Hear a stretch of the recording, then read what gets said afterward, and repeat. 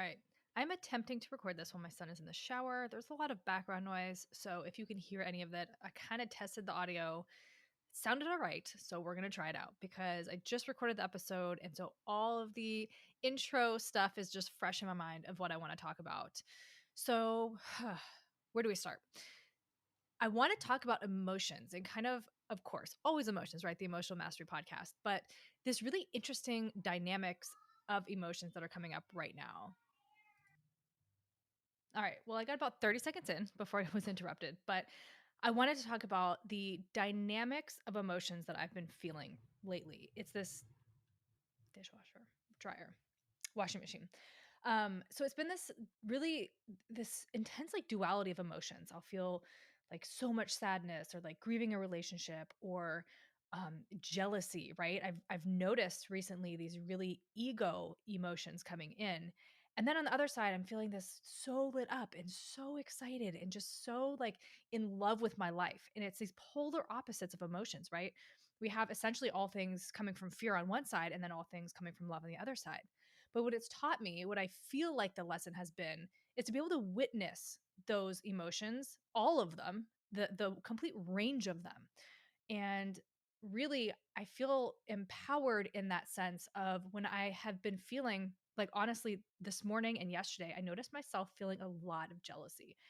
And that is an emotion, that is a space that I used to live in. It was from my own insecurities. I felt like that anxious attachment, that anxiously attached side of me. I'm a fearful avoidant, but I tend to choose dismissive avoidance. And so it really brings out this anxious side of me.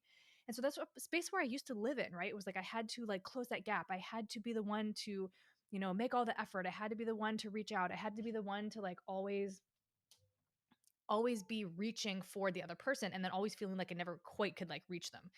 And it's a space that I'm really learning to not live in, right? And just kind of like come back to myself and just be like, if it's meant to be, it will be. I started reading Pleiadean Principles for Living, which is beautiful. I'm going to read a quote from it. But one thing that they said that really helped me shift my perspective last night I was in bed, is this idea that everyone is in my life for a very specific, perfect reason, right?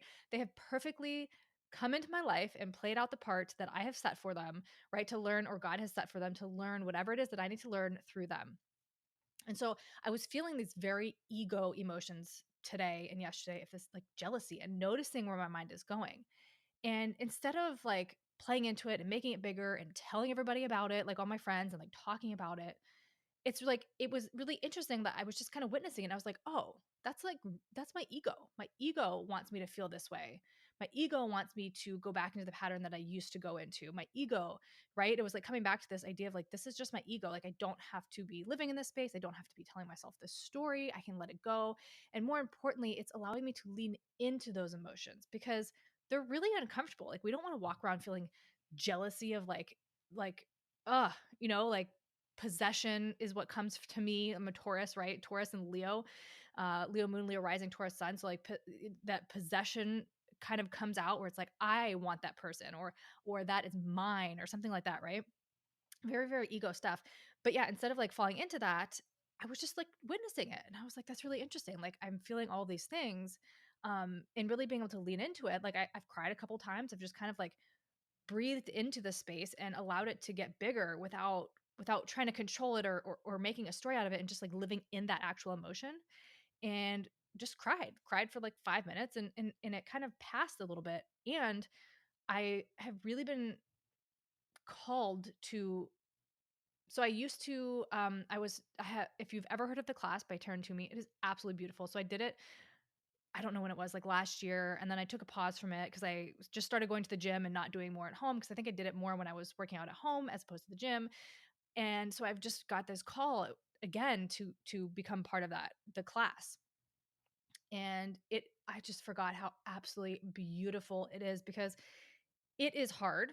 It is a workout. It connects you with yourself. It's super feminine. It's super fluid. I feel like very feminine and like in love with my body as I'm going. The movement is just very, very, very feminine as opposed to like going to the gym and lifting weights and like, who, like, I need to, have this like masculine idea of like what my body's going to look like. And instead, just allowing myself to move in this very gentle, different way that is challenging because I'm sore afterwards, right? So it's not like it's just this beautiful thing. And also it really brings you into your body. Like you're constantly kind of putting your hands on your heart and your stomach and like moving through it. And so I just joined like 2 days ago, but it was just like a perfect time to be supportive of what I'm going through, of the emotions, this dynamics of emotions, this duality of emotions that I'm feeling. It's been a beautiful support in that, in allowing me to witness what's happening and coming back to myself. And I almost like I have cried many times during the class, as you're breathing into something, or your body is feeling challenged by, whatever it is, burpees or mountain climbers or whatever it is, because they do these body weight moves for a long time. And in the facilitator or the trainer, the coach, whoever it is on the screen that's talking to you, right? They will say like, they'll bring in something that you're actually moving through, right? And empower you or inspire you to continue to go through to move through that thing. And so it was just like a really beautiful supportive practice that I found like coming back to, and I just got the ping to like rejoin that. And it just is absolutely perfect. And yeah, it's just also what's been coming up for me. So sober October is over. I'm air quoting it. I gave up alcohol a little bit like 3 days before October started, but I went sober October. I feel incredible. Somebody the other day was like, "Oh, it's, November um on Wednesday." So tomorrow they're like, "Oh, something about having a drink on Wednesday." And I was like, "You know what? I'm good."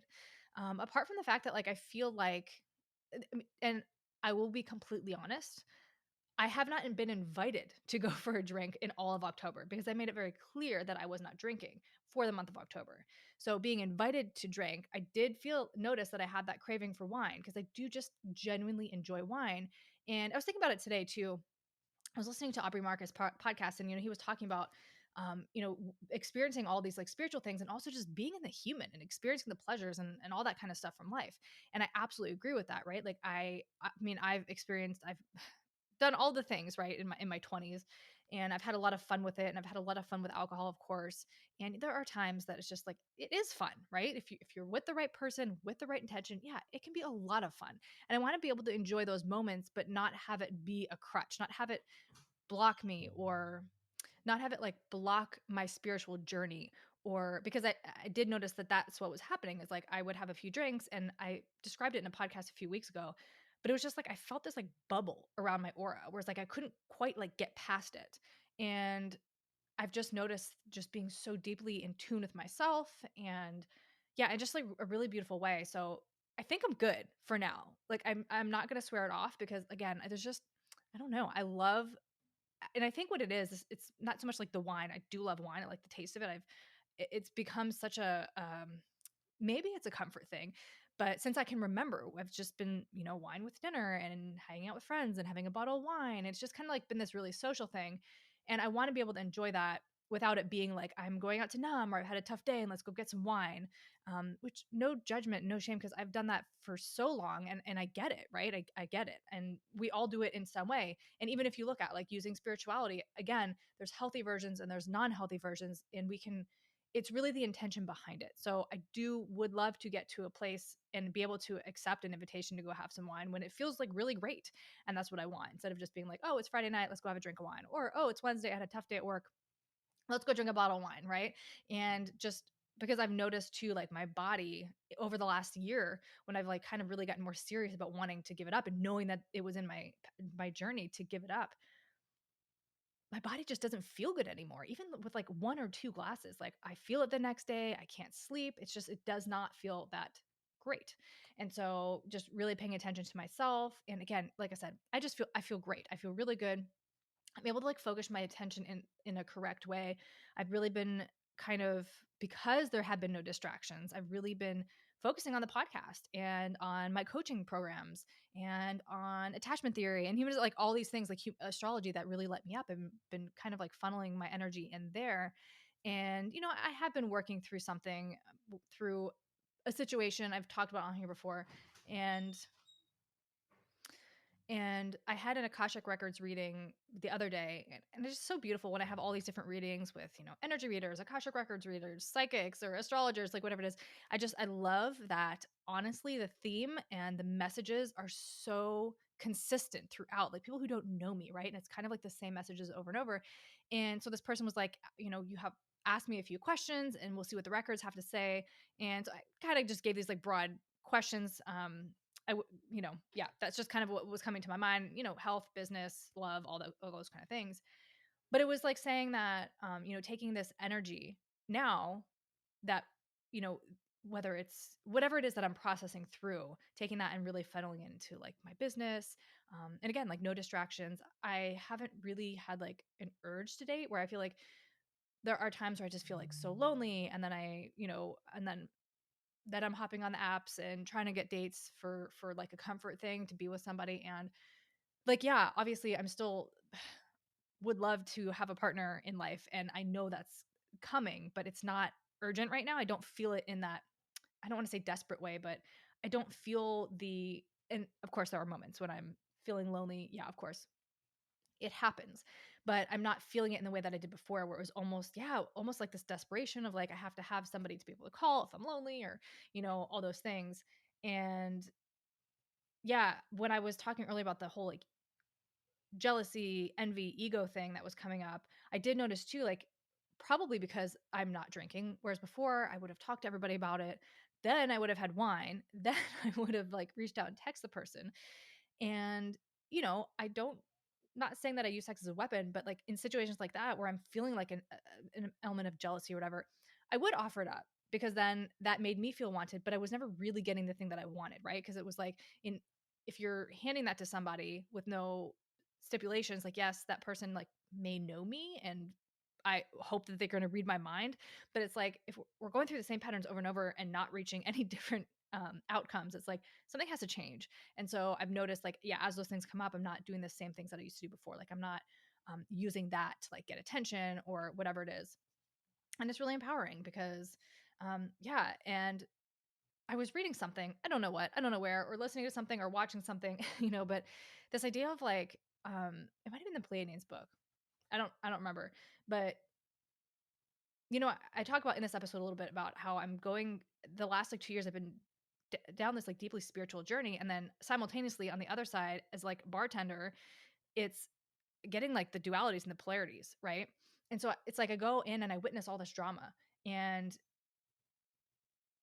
we're human, right? We're always going to be part of it. I air quote that. I'm not sure if that's the right terminology, but we're always gonna be like part of it. We're always gonna be witness to it, but we don't have to become it. We don't have to like step in and like jump into the drama.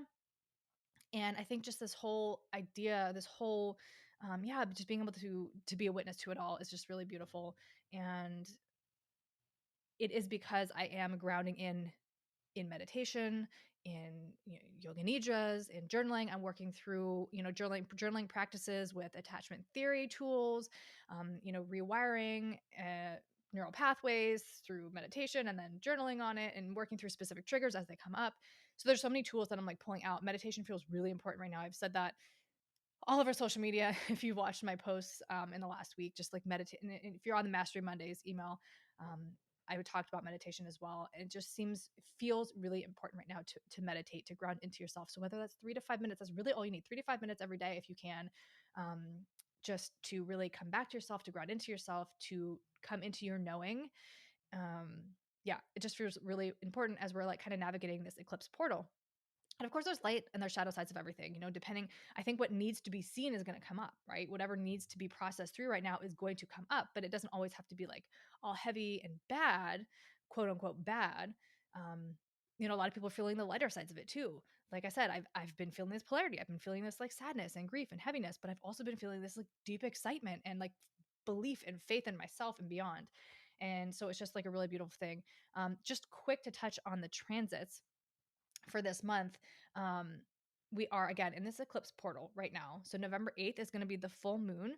Um, yeah, the full moon in Taurus. So back in May, we had the full moon in Scorpio. So we're having the opposite. So if you have a Taurus sun like me or any major Taurus aspects or planets in Taurus, you're probably going to feel it. So notice what house Taurus rules, what planets are in it. Um, because yeah, it is the full moon in Taurus and it is the lunar eclipse. This is the final kind of bookend of the eclipse season. So just these kind of themes are going to come up. I have this book that I love. It's Magic of I, and it's a calendar or planner, but it's got all sorts of things. So their theme, their little reflection for the full moon is death is an illusion. I'm willing to see beyond in order to welcome new growth. And at the end of this episode, I kind of read something from the Bhagavad Gita, and it was talking about death and how we're just like shedding the skin, but what is within is not dying, right? It is just taking on a new coat. It's taking on a new skin. And so this eclipse was kind of like a portal. It's a door to something new. And if we can really lean into that, like we can grieve what we're leaving behind and leave it behind and step into what's new for us. So we have on the 6th, this comes out on the 4th, but Venus, square Saturn. Venus is all about beauty, love, material things, money, all that. And Saturn, of course, is restriction. It is karma. So it's just going to add just a little bit of that a challenge to that specific energy. We are in Scorpio season, but on the 15th, Venus goes into Sagittarius. The 17th, Mercury goes into Sagittarius. And then the 22nd, the sun goes into Sagittarius. Sagittarius is like the gypsy, the traveler. Jupiter rules Sagittarius. So that's luck, abundance, it's fun, it's light. And then Jupiter stations direct the day after the sun goes into Sagittarius. Jupiter is in Pisces, but Jupiter rules Sag. So it's just going to be this shift of energy, right? It's like we're going through the depths of Scorpio to come out with this very different energy that is going to be Sagittarius. Um, and yeah, so just, again, lean into what's coming in. Some people like thrive in the depths of Scorpio, and some people find it very challenging. So, whatever it is that you're experiencing, whatever it is that you're feeling, just lean into it. And this intro has become quite long. So, I am going to leave it at that. I'm really excited for next week's episode to come out. But yes, so thank you. Thank you so much for listening. You can find me on Instagram at Rochelle.Christian, and Christian is Christian with an E. TikTok is the same, and website is RochelleChristian.com. If you're interested in the new program, it's going to be like human design meets attachment theory. It's very personalized. So we go through it, and then we'll set like a little personal package for you, depending on how long. It's probably about like 9 to 12 weeks. But reach out to me, DM me, get me on Instagram, TikTok, wherever you like, and get on the email list. So Mastery Mondays, send out a newsletter every Monday. And my goal is just to kind of inspire you, give you a little human design update for the week, a little astrology update for the week, and just kind of like whatever is coming through that I would like to share, just some inspiration and of course an update on the podcast. So thank you so much for listening, and until next week, welcome back to another week, another episode. I'm honestly exhausted tonight, and I had no intention, no plans of coming and recording an episode, but the calling came, and so here I am. So when I do solos, I rarely have a plan. I rarely know what I'm going to talk about. I typically just, whatever theme has been coming up in my week is kind of what I come on here and talk about. And a lot of times I will get feedback from you guys that, you're experiencing similar things. I'm emotional authority. So in theory, I ride the wave of my emotions. I create emotions within myself, and I'm not affected by the emotions of others. However, I have feeling cognition, and cognition in human design is sort of like your superpower. And so typically when you have an undefined or open emotional solar plexus, you take in and amplify the emotions of others. And so you feel it really intensely. And when I first learned about human design, everything about the undefined solar plexus resonated so strongly. So I was like, maybe my birth time is wrong, which it was, but it didn't change my emotional authority. But yeah, I was really confused by that. But what happened was my birth time was wrong. So my cognition was actually inner vision, which also made sense because I'm pretty creative. I can see a lot in my mind, and that resonated. But when I found out my correct birth time, my cognition changed to feeling. And I was like, that is why I got it, right? Because feeling cognition literally allows you to tap into the energy around you.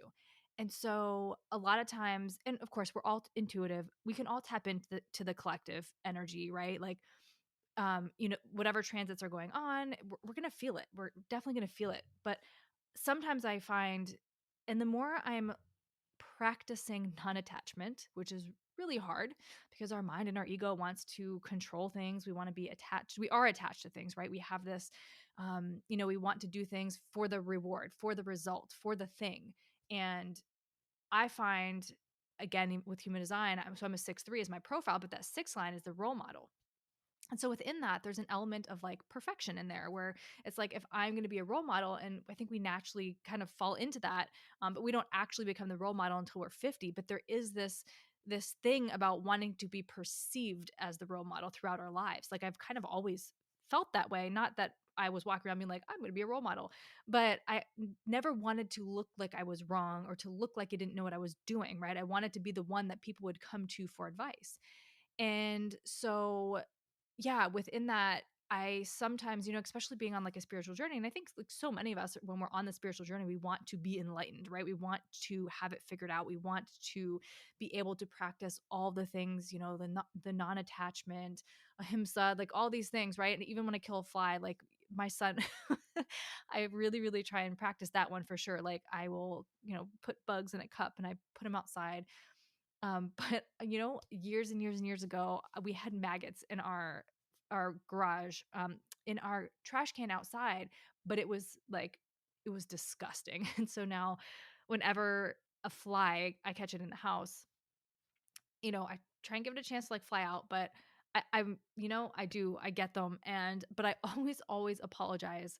And my son is so funny. Like if I don't apologize, or like I will be so upset, like if I can't get it, and then I end up like if I have to like put a book on it or something, and I'm like, oh no. And my son's just like, Mom, you didn't say you're sorry, or Mom, why are you so upset? Because he's always the one that's witnessing it.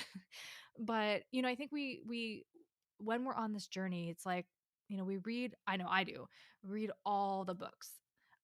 Gosh, literally as if you're watching this on YouTube, I rearrange. So I have like part of my bookshelf here. There's books there. There's books on my bed. I mean, there's books behind me over here that are in my line. I have so many books.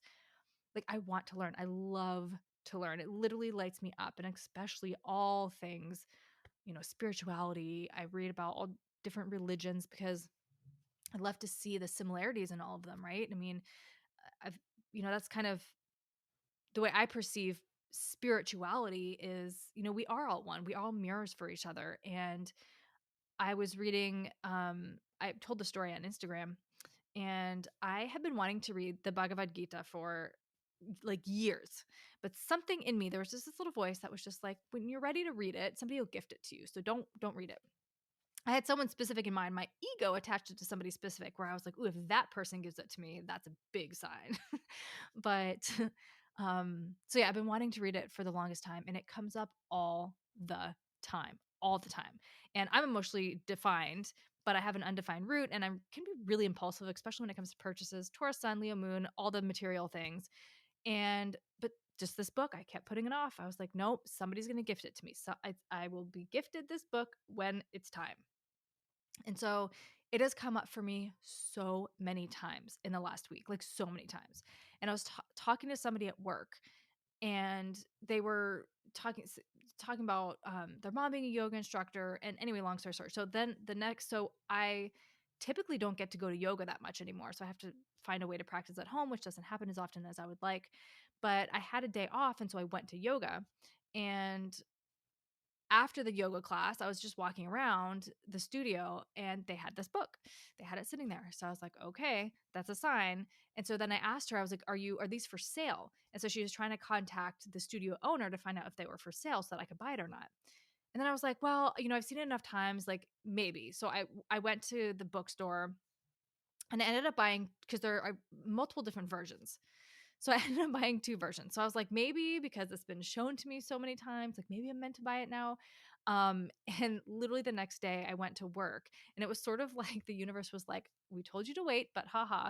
And so when I went to work, when I was at the yoga studio and I saw the book, and I was like, man, again. So I picked up the book, and this little note, this little like card fell out, and it said, I love you. And I was like, oh my gosh, that was the reason why I went to the bookstore, because this little note fell out. And I was just like, okay, like I hear you, I see you. I'm meant to be reading this book at this time. So I went to work, and the girl that was talking about it had brought me the exact version of the book I saw in the yoga studio, which I could not find in the bookstore. So what I got in the bookstore was sort of like a Cliff Notes version. And then I got a different one, which is the Bhagavad Gita as it is. But the one that she got me, was the exact version I saw in the yoga studio. So I was like, okay, I meant to read this specific version. So I started reading it. But back to what I originally started this whole side note on was about religion. I find it so fascinating just to like read all the different kinds. I grew up Roman Catholic. I was raised in the Middle East, so I was around Islam, Hinduism, Buddhism. I visited Nepal, which was one of the most profound trips of my life. Like I was so drawn to the culture and religion that was there. And so I've always been really kind of like spirituality has always been a thing for me, but I just never had the words. I never knew that I could actually be it. I never knew I could believe in myself or trust myself or have that sort of a connection with God because of the way that I, was taught in the church that, you have to go to church to speak to God.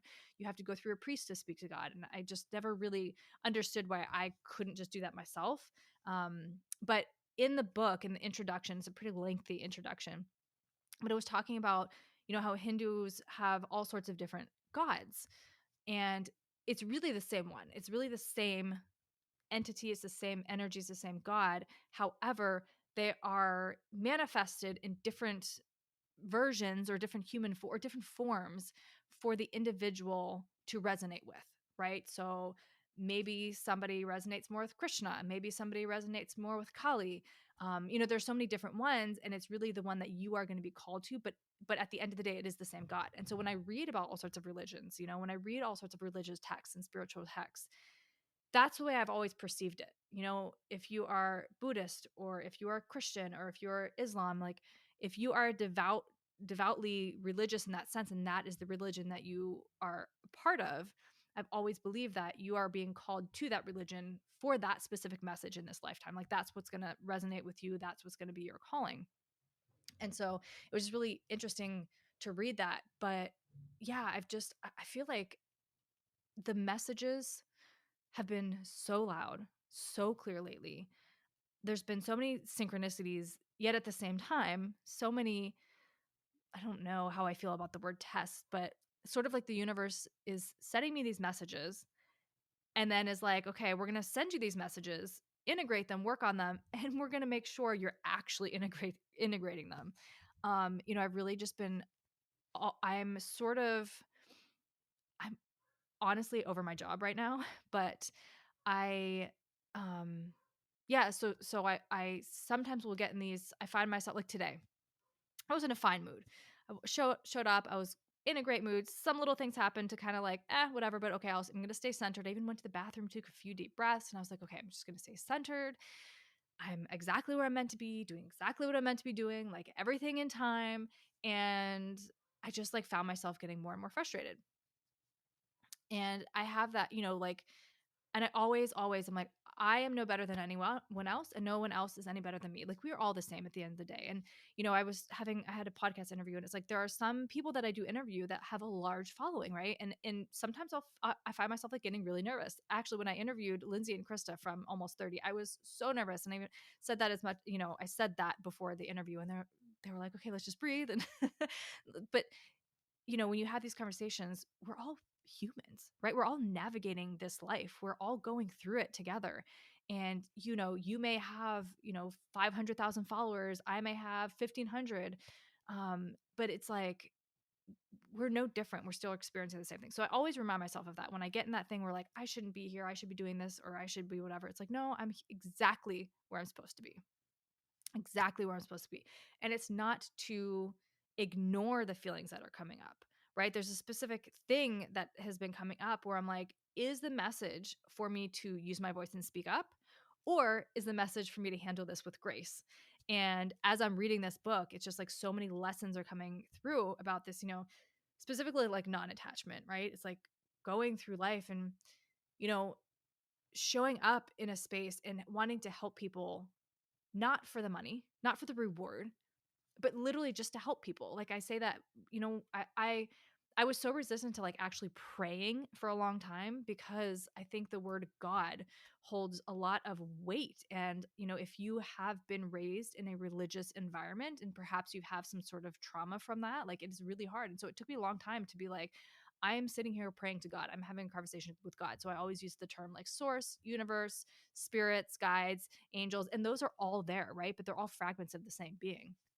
And so I literally now I'm like every morning and every evening, even just like a 30-second prayer, like I will sit in prayer to God. And, you know, I always, I find gratitude. That's where I always start, because it's easy to, it's gratitude literally is the attitude, right? Like that's that's the saying, but it's really true. If you're in a low or if you're confused, if you can find gratitude for where you're at, like find something to be grateful for. And there's always something to be grateful for, even if we think that there isn't. Like I'm breathing. I could be grateful for that. Um, every morning that I wake up, if I sit there and I am not sure, okay, well that was interruption number one. Um, but yeah, like if I wake up and I'm journaling and I can't find air quote anything to be grateful for, because I've really noticed the thoughts when I first wake up. It's usually something along, like I'm so tired, I wish I could just go back to bed, because I struggle in the morning. I struggle hard. Like I set my alarm to 5:30 and I snooze till 6:06 is when I finally drag myself out of bed. But then of course, like I had this conversation on the podcast that it's going to come out I think in April, um but yeah, it's like when I start my day like that, you're starting your day like in shame and guilt. And so I'm really trying to rework my mornings and just get out of bed. Or if I do sleep, just enjoy it, right? Enjoy it, or maybe put on a meditation in the background, just something. But I catch myself real quick now. Like when I have those thoughts, I'm so aware of my thoughts, which doesn't always change it, but I'm aware of it. And so when I wake up and I'm sitting there and I'm like brushing my teeth and I'm like, complaining in my head about having to wake up so early, I can reframe. And that's the first thing I think of is I'm awake. I'm here. I'm awake. I'm breathing. I'm present. It not only gives me gratitude, but it connects me with my body too, right? It's like noticing how my body feels. And then I sit and I journal and do all those things. And yeah, so finding that in every moment, right? In moments throughout the day when I'm going through work and I'm in a mood because I don't want to be there. Um, I remind myself of that. It's like, no, I'm exactly where I need to be, learning exactly what I need to be learning. And the lessons, and it's really interesting because I stopped drinking a month ago. And ever since I started bartending, which was like I don't know, 2 years ago, something like that, it's just that was when my spirituality deepened. And it's such an interesting dynamic where I'm on this deeply spiritual path, giving up or reducing alcohol greatly. Now it's been a month of no drinking, but throughout the rest of that time, it was I gave it up for 3 months and I was kind of like off and on trying to give it up. But it's like going through this deeply spiritual path in this environment that is pretty much polar opposite. But it's incredible, the people that you meet along the way, having those conversations. But yeah, there are moments where I feel slightly defeated, but it's in those moments when it's powerful to come back to these tools, right? To come back to the meditations, to come back to the moving your body, to come back to the affirmations, to come back to all the tools to rewire neural pathways, right? And that's what the book really talks about too. It's like doing everything in service to, it doesn't matter what it is, right? It doesn't matter. That's what I try and say to myself. I'm like, if I'm here doing this, like I'm going to do this to the best of my ability. I'm going to do this with the best attitude I can. No, I don't always succeed. Literally today I was in a terrible mood and it was reflected because I knew I wasn't, not that I'm ever unkind. I've always feel like one of my best qualities is kindness, because I've always thought you never know what anybody else is going through. And I also think that somebody, if you have experienced trauma, or if you have experienced unkindness in your life, it is always the people, that show the most kindness to others, because we know what it feels like to be on the receiving end of unkindness. I don't even know what else word to use, but yeah, I'm always giving people grace. So yeah, it's not like I'm walking around like in a bad mood. Now, some people see moods a little bit in just my responses, but then I was having a conversation also. And if you're, of course, there's always a gentle way to deliver a message. You may be frustrated in your mind. There's always a kind, gentle way to deliver the message. But also just being yourself and showing up as yourself. You are not responsible for somebody else's reaction to you, right? That's their insecurities, that's their wounding being triggered. We can have awareness of it, and compassion for it, but it is also not on you to not be yourself because of somebody else, right? And so, yeah, there's just so many lessons that have been coming up lately. And again, it's just like it's synchronicities and lessons and the same messages that are coming over and over. I was having a conversation today, and we were talking about spirituality, and um first I was listening to a podcast about it, and then I was having a conversation about it, and then I was editing this podcast to make a reel, and I literally clicked on just the moment that it was talking about the same thing. But like this idea that we are, as spiritual beings coming into this way, it's like it's so easy to follow like the rules and the laws that are set out by, be it religion, the medical system. And a lot of us, it is easy. It's like, oh, well, I have this ailment, just tell me what to do, tell me how to fix it, right? And a lot of the times it is, it's bandages, it's band-aids for the actual problem. But then of course we have, fixes for those band-aids, and it just becomes this thing like piled on top of each other, rather than actually coming inside and listening to ourselves. We've been so conditioned out of listening to our intuition, so conditioned out of it. I mean, there's even still like I feel like I'm connected to my intuition, but I don't always have it right. Like my ego still acts up and still has me questioning things, and, even in things that I know. But coming back, finding the space where it's just you and God, source, universe, that space where you trust the messages that are coming through, finding that space. Because in times when you are paving your own way, or, rewriting your old beliefs, like you are going to fall into or question or feel like you need to fall in line, and coming back to that finding that space and coming back to it and creating it for yourself. Because you don't have to always do it in such an outward way. I feel like I do it very much like to myself. I have conversations, but there are still sometimes, even in the podcast, when I talk about like certain beliefs, and I'm like, ooh, like, should I say that? But, these are my beliefs, and I try and always start that, just take what resonates with you and leave what doesn't. That's what I love about reading about all sorts of religions, and taking the pieces that deeply, deeply resonate with me and making that my truth, right? My truth is my reality. Doesn't have to be anybody else's.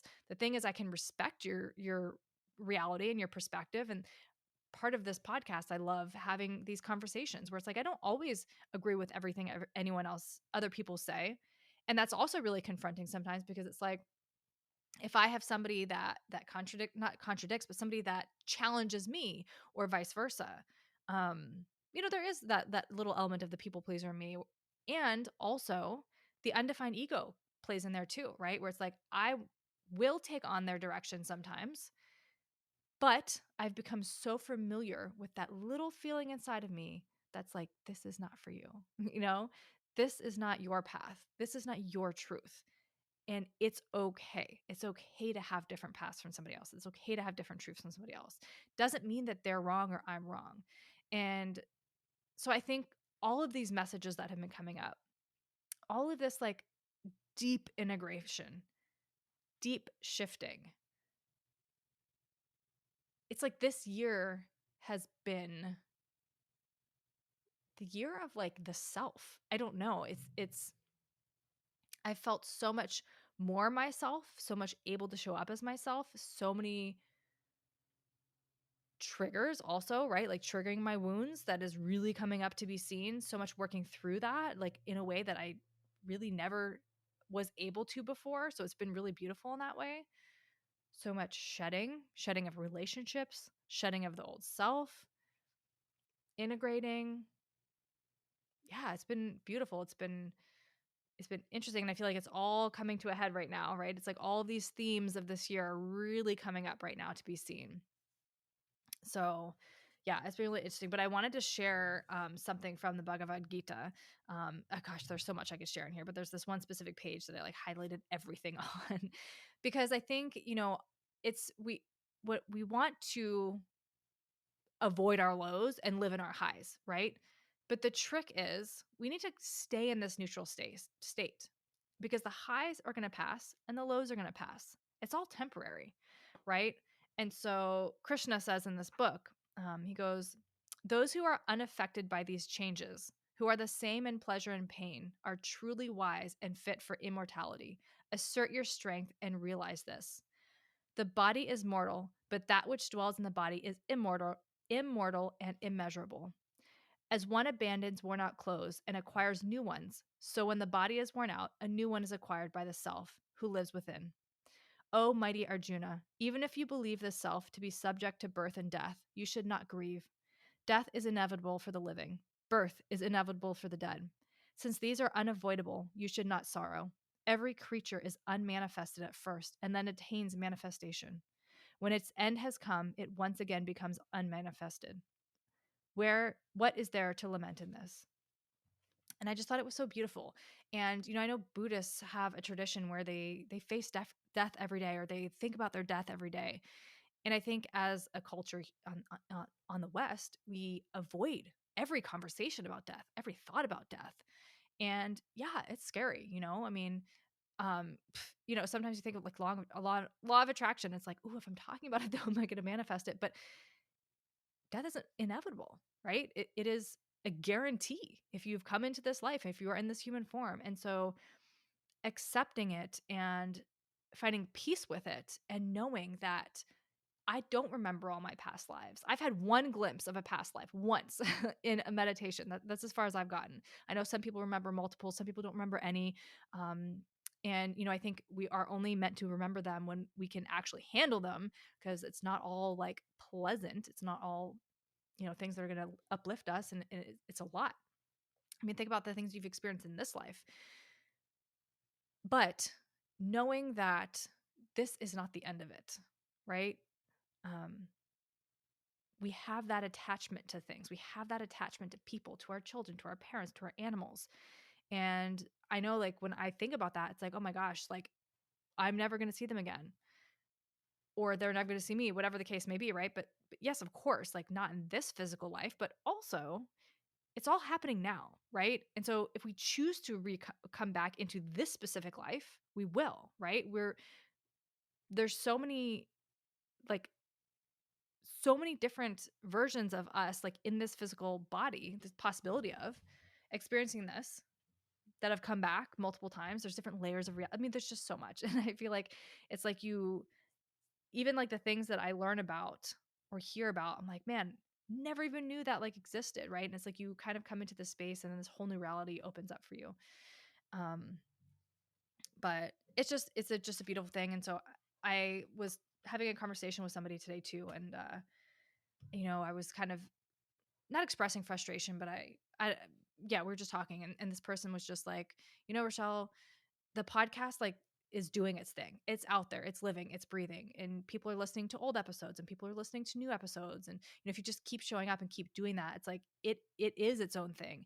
And that was one of the most beautiful things. It was so helpful for me to hear today. And one of the most beautiful things that when I first did the podcast pro accelerator program last year to really like launch this podcast, the one of the very first things we did was just this beautiful meditation with the energy of our podcast. And it was something I'd never done before. And it is true. Like, this podcast is a living, breathing, energy and motion, emotional, right? Thing. And so, yeah, wherever you are, whenever you're listening to this, at whatever time, like whatever message you're meant to receive, you're receiving. And so the vibration, the frequency, it's all there. And yeah, so I will leave it at that.